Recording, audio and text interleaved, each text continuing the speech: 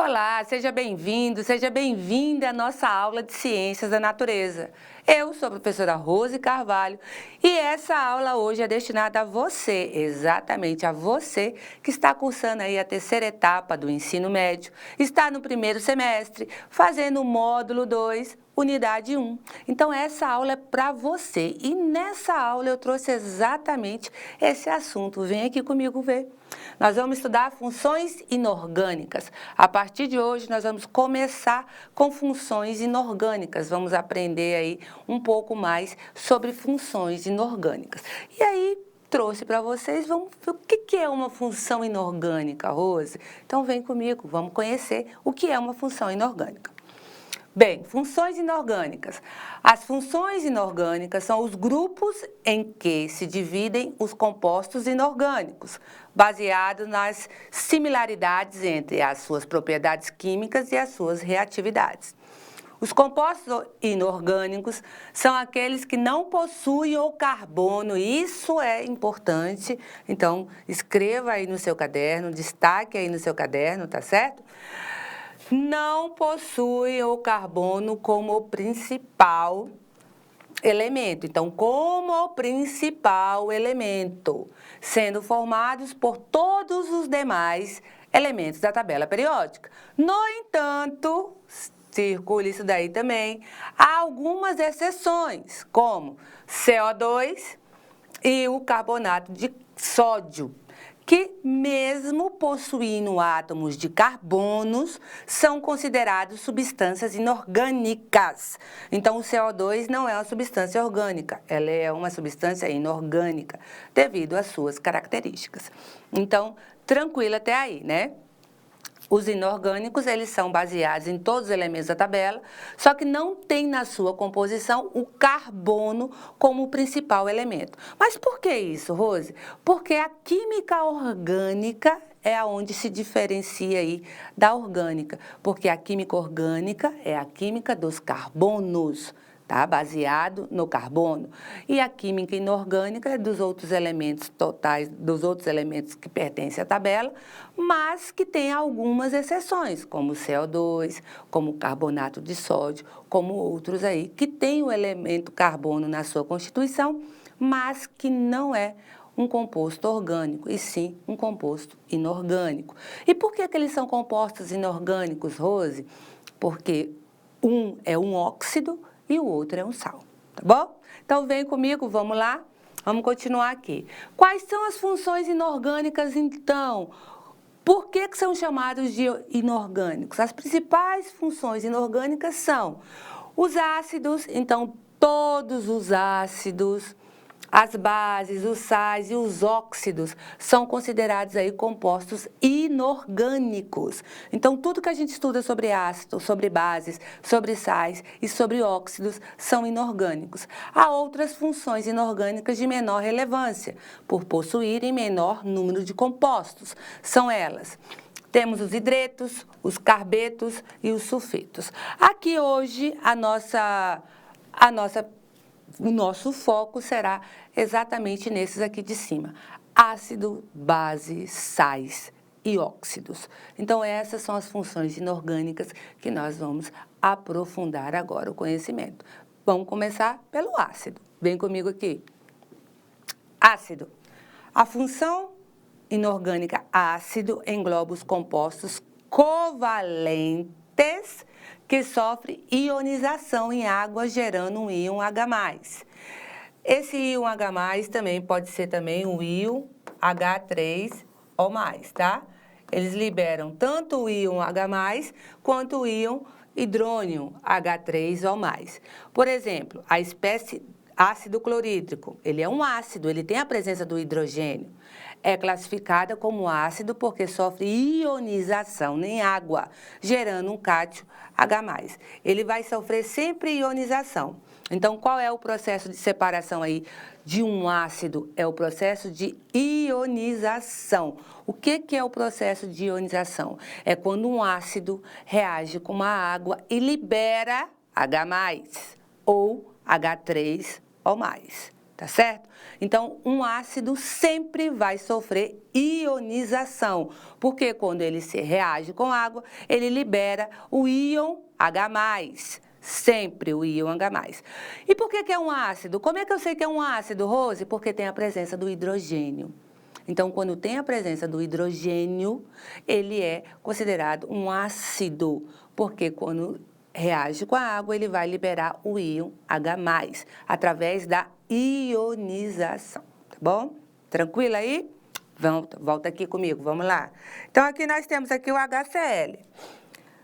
HCl aquoso. O que significa aquoso? Porque o HCl misturou com água, está no meio da água, né? Meio aquoso ali, e liberou H+ e Cl.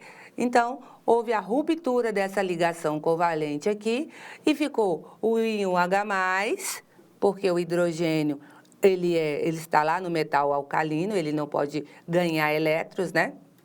Então, ele vai perder e o cloro, está lá na família 17A, vai ganhar um elétron. Então, houve a ruptura da ligação covalente e, através dessa ruptura, existem aí as formações de íons, certo? Simples, fácil e muito tranquilo.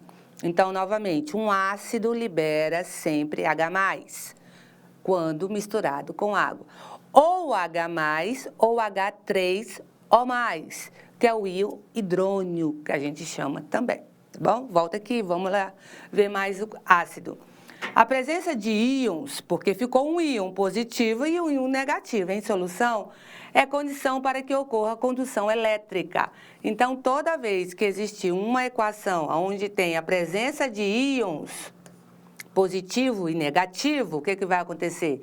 Vai haver condução de corrente elétrica. Logo, soluções aquosas ácidas conduzem eletricidade de forma proporcional à concentração de íons na solução. Aqui é um limão, ele é ácido, o limão é uma substância ácida, uma solução ácida e conduz eletricidade. Então, se você ligar aí os eletrodos dele com uma lâmpada, com a luz, um LEDzinho aqui, você vai ver que ele vai acender esse LEDzinho. Então, como ele é ácido, então ocorre íons ali na solução, quando ele está em solução, tá bom? Tranquilo até aí? Beleza. Então, volta comigo aqui, vamos ver mais aqui.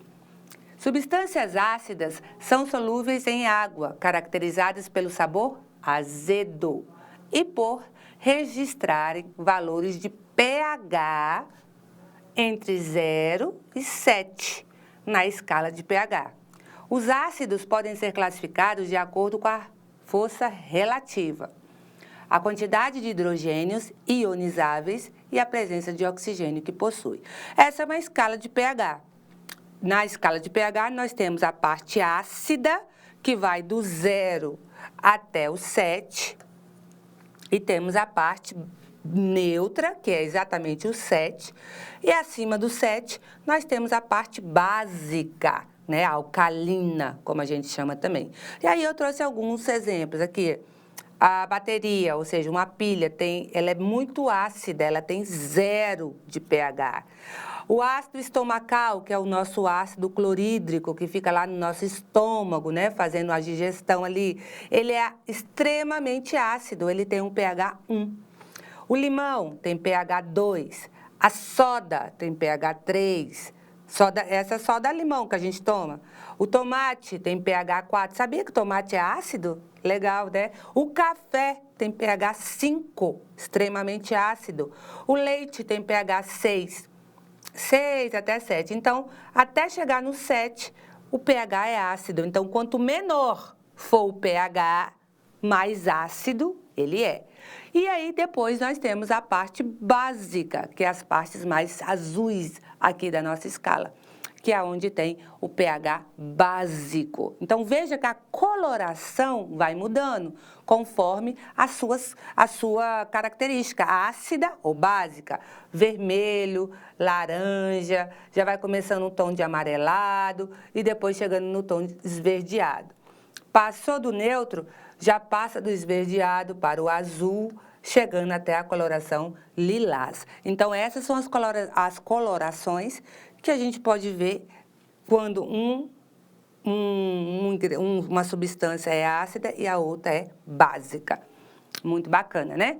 Então, esses são os valores de pH. Então, nosso pH tem ácido, neutro e pH básico. Voltando aqui, vamos aqui. A força dos ácidos é medida em grau de ionização. Então, para se medir o grau de ionização, a gente utiliza a letrinha alfa, que é a razão entre a quantidade de moléculas que efetivamente sofrem ionização pela quantidade total de moléculas na solução. Então, como é que você vai calcular aí a força de um ácido? Você vai pegar o número de moléculas ionizadas dividido pelo número de moléculas dissolvidas na água, tá certo? Isso o problema vai te dar tranquilamente. E aí, quando você faz esse cálculo, quanto maior o valor de alfa, mais forte é o ácido. Então, ácidos fortes possuem o alfa superior a 50%. Então, eles são maior do que 0,5. Ácidos moderados possuem aí o alfa, né, entre 5% e 50%. Então, ele vai de 0,05, né, até menos do que 0,5. E o ácidos fracos está aí inferior a 5%. Então, vai ser menor do que 0,5.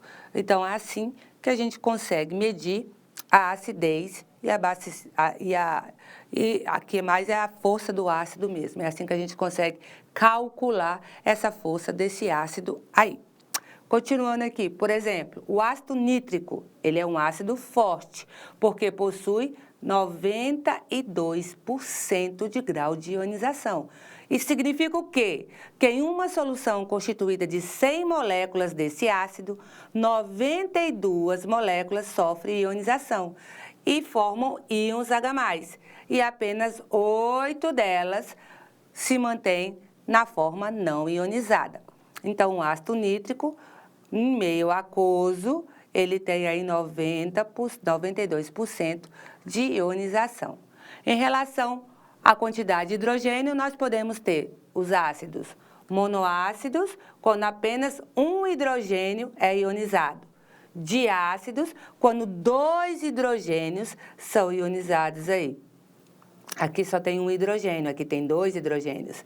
E triácidos, quando a fórmula do ácido tiver 3 hidrogênios. Então, nós temos essas condições de hidrogênio. Se a fórmula do ácido tiver 1 hidrogênio, é monoácido.